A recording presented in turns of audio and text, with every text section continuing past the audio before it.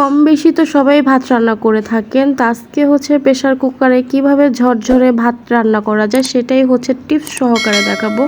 আসসালামু আলাইকুম everyone, welcome back to my channel Mukta ব্লগে। আরও একটি নতুন ভিডিও নিয়ে চলে আসলাম আপনাদের মাঝে। তো ভাত রান্না করার জন্য হচ্ছে প্রথমে আমি হচ্ছে আধা কেজি চালের পরিমাণ মতো হচ্ছে চাল নিয়ে নিলাম। তো এগুলো হচ্ছে আমি এখন পানিতে আধা ঘন্টা ভিজিয়ে রাখবো। এতে করে হচ্ছে চালটা যদি আমি বেশি পরিমাণ হচ্ছে ভিজিয়ে রাখি সময় নিয়ে, তাহলে কিন্তু এতে হচ্ছে ভাতটা ঝরঝরা হবে।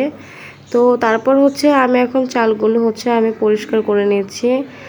তারপর হচ্ছে চালগুলো হচ্ছে আমি একটা জালির মাধ্যমে হচ্ছে সেঁকে নেব। এতে করে হচ্ছে এক্সট্রা পানি আর চালের সাথে থাকবে না।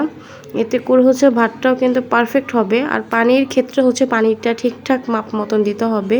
তো এখন হচ্ছে আধা কেজি চালের জন্য হচ্ছে আমি 1 মগ মানে আধা কেজি পানি দিলাম।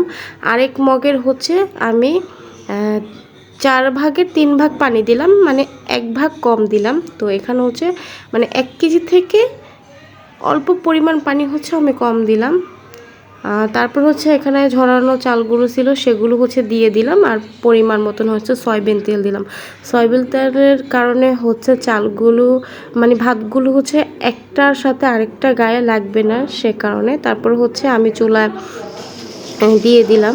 তো এখন হচ্ছে 10 মিনিট অপেক্ষা করতে হবে সিটি দেওয়ার জন্য। এই যে প্রথম সিটি কিন্তু দিয়ে দিয়েছে। তা আরেকটা সিটি দিলেই হচ্ছে আমার চুলাটা বন্ধ করে দিতে হবে। আর এক্সট্রা যে পানি থাকবে চুলার মধ্যে রাখলেই হচ্ছে পানিটা শুষে নেবে।